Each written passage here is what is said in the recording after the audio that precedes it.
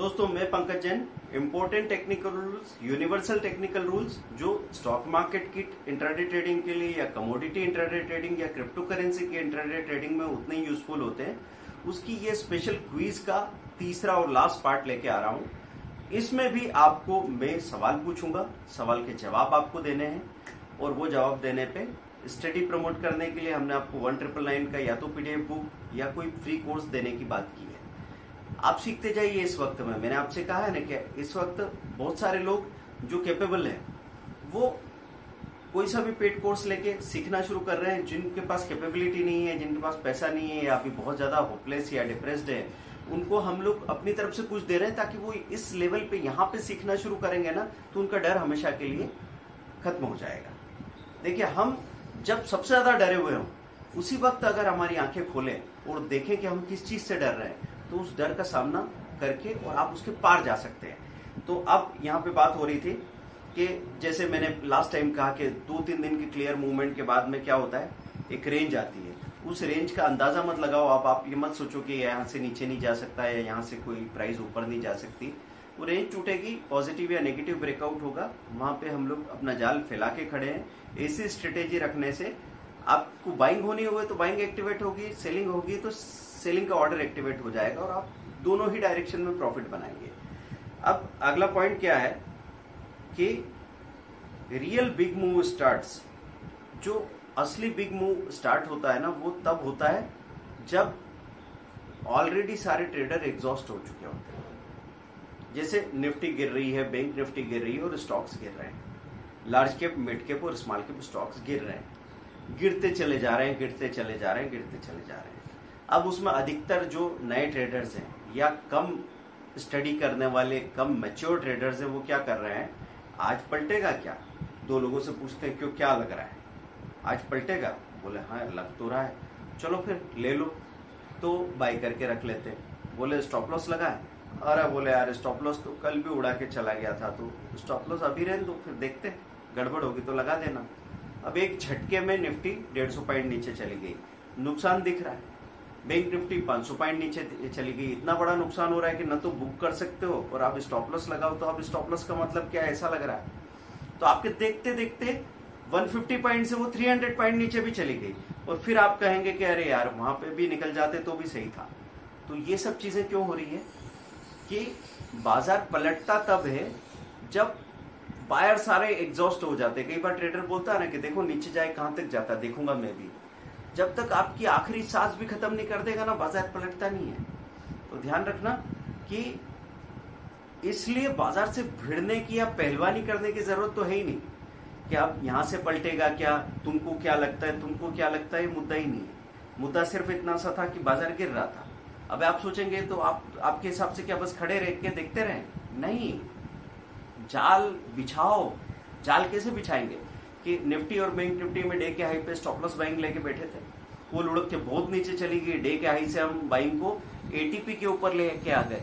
अब अगर पलट के भागना शुरू करें, मेरा ट्रेड एक्टिवेट हुआ और सीधा प्रॉफिट में आ गया। और जिधर अभी ट्रेंड चल रहा है उस ट्रेंड में छोटे छोटे स्टॉप लॉस के साथ आप काम करते चले जा रहे हैं। पहले फ्यूचर में कर रहे थे निफ्टी बैंक निफ्टी के, बाद में आपने पुट ले लिए क्योंकि लिमिटेड रिस्क लेना चाहते हैं।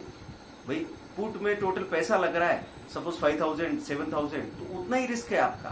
फ्यूचर में नहीं कर रहे आप, क्योंकि जहां पे बहुत बड़ा रिस्क हो सकता है वो नुकसान उठाना ही नहीं है हमको। तो दोस्तों बात क्या कही मैंने, अब यहां पे मैं आपसे सवाल पूछ रहा हूं, इसका आंसर करना है आपको।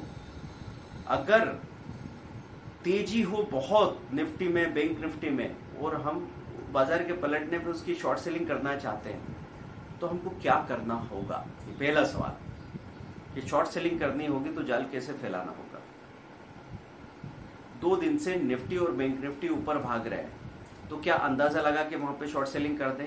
या मैंने अभी पिछले पॉइंट में आपको एक तरीका बताया, वो तरीका क्या है, कहां सेलिंग लगानी है, और फिर लेवल और ऊपर चला जाए तो उस सेलिंग को चेंज करके कहां लेके आ जाएंगे। जो लोग भी ये सवाल ठीक से लिखेंगे उनको सबसे पहले हम एलिजिबल मानेंगे 1999 के कोर्स के लिए। फिर भी आपको इस बात के लिए डरना नहीं है कि आपकी लैंग्वेज पूरी सही है कि नहीं है, हिंदी में लिख रहे हैं या इंग्लिश में लिख रहे हैं। मैं एक ही चीज देखना चाहता हूं कि यहाँ पे जो भी मैं जिनके लिए समय दे रहा हूँ, मेहनत कर रहा हूँ इतनी, वो लोग मेरी मेहनत का फायदा उठाने के लिए क्या कर रहे हैं। जो मेरी तरफ एक कदम बढ़ाएगा, मैं उसकी तरफ 4 कदम बढ़ाऊंगा, और जो मेरी तरफ पीठ करेगा, मैं उसकी तरफ पलट के देखना भी नहीं चाहूंगा फिर। क्योंकि किसी को खुश करने के लिए या मेरी किसी जरूरत के लिए मजबूरी ऐसी बात नहीं है। हमेशा लोग बोलते हैं कि सर आप जब पैसा बना लेते हैं ट्रेडिंग इन्वेस्टमेंट में, आप तो इतना सारा काम कर चुके हैं, आप बोलते हैं आप फाइनेंशियली रिटायर है, फिर आप कोर्स क्यों बेचते हैं। इसलिए बेचता हूँ दोस्तों कि एक तो पार्टिसिपेशन चाहिए मुझे। कोई भी आदमी कोई भी चीज आपके तब काम की होगी जब आप उसमें कंट्रीब्यूट करें, और दूसरा पैसे बनाने से ज्यादा बड़ी बात है जिंदगियां बनाना। तो मैं यहाँ 100 लोगों को अपनी बात कहता हूँ, 100 में से सारे 100 लोगों के दिल तक वो बात नहीं पहुंचती। इसमें से 10-15 लोग हैं जो बिलीवर्स हैं, और उसमें से 5 लोग हैं जो उस पर कदम उठाने के लिए आगे बढ़ते हैं, और 2 लोग हैं जो सच में कदम उठा के साथ चलने लगते हैं। तो 100 में से उन 2 लोगों की जिंदगी बदल जाना मतलब मुझे सब कुछ मिल गया जो मैं चाहता था। अब आखिरी पॉइंट है इंपॉर्टेंट टेक्निकल रूल्स का, जो कि स्टॉक्स में, कॉल पुट में, निफ्टी बैंक निफ्टी के फ्यूचर ऑप्शन में, क्रिप्टो करेंसी में, बिटकॉइन इथेरियम में, या क्रूड ऑयल में, कमोडिटी या गोल्ड, सभी पे अप्लाई होगा। ध्यान रखिए कि कोई भी चीज में आप ट्रेड करते हैं तो कई बार हम कंफ्यूजिंग पैरामीटर वाली चीज में उलझ के रह जाते हैं कि ऐसा क्यों होता है। इसको बोलते हैं कंटिन्यूटी वाला प्रॉब्लम। कंटिन्यूटी मतलब आप किसी जगह उलझ गए, आपने एक जगह रेंडमली सामने जो आपके मार्केट वॉच में लगा हुआ था उसने भागना शुरू किया, आपने बाइंग कर ली, बाइंग की और एकदम से वो नीचे आ गया, अब आप लॉस में हो। अब आप उसको लॉस को कवर करने के लिए उसको एवरेज कर रहे हैं, एवरेज करने पे लॉस बहुत बढ़ गया है, घबरा के आपने लॉस बुक कर लिया, फिर वो ऊपर जाने लगा, आप फिर से एंट्री कर रहे हो, अब की बार स्टॉप लॉस लगाया, स्टॉप लॉस हिट हो गया, नुकसान अब और बढ़ गया है, 5000 से नुकसान 8000 हो गया है।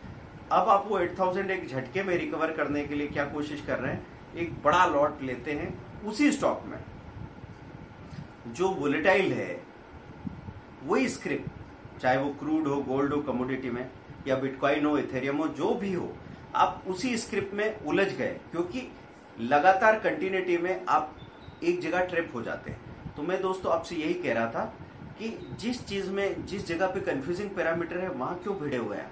आप कोई क्लियर पैरामीटर वाली चीज को क्यों नहीं देख रहे?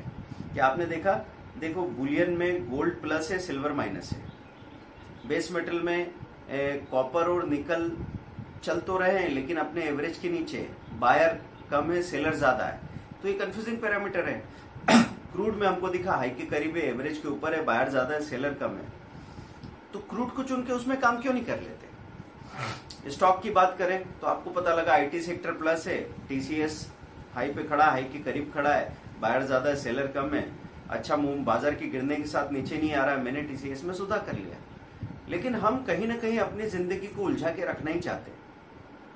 तो ये कंटिन्यूटी कहां से आती है? जैसे किसी के साथ आपका झगड़ा हो रहा है, तो झगड़ा हो रहा है, पहले आवाज ऊंची होगी, आवाज ऊंची होने के बाद गाली गलौज शुरू होगी, और कंटिन्यू करते रहे तो फिर जूता भी मारेंगे एक दूसरे को।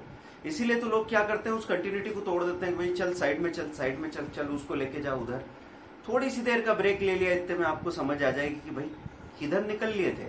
तो ध्यान रखें इस बात का कि आपको कंफ्यूजिंग पैरामीटर में काम नहीं करना है, जहां क्लियर पैरामीटर है वहां पे काम करना शुरू करो। तो दोस्तों दूसरा सवाल मैं आपसे ये पूछ रहा हूं कि मैंने स्टॉक के लिए आपको 3 या 4 पैरामीटर बोले, क्लैरिटी क्या होती, कहां से आप डिसाइड करते हो कि कोई स्टॉक खरीदने को अच्छा है, कौन से 3 पैरामीटर मैंने अभी आपको इस वीडियो में बोले हैं। आप फिर से इसको चला के देखेंगे, पॉज एंड प्ले करेंगे और सीखते रहिए दोस्तों, क्योंकि ये जो क्विज मैंने बोली पार्ट 1, पार्ट 2, पार्ट 3 में, इसके 3 पार्ट्स हैं। हाँ, सबसे पहले मैंने 3 या 4 रूल डिस्कस किए, फिर 3 रूल डिस्कस किए, फिर 2 रूल डिस्कस किए, टोटल 9 रूल्स डिस्कस हुए आपके साथ। हर एक पार्ट में हमने आपसे 3-3 सवाल पूछे, और वो 3-3 सवाल के जवाब अगर आपने दिए हैं तो आप 3-3 अच्छे वीडियो के कोर्स के हकदार हो गए।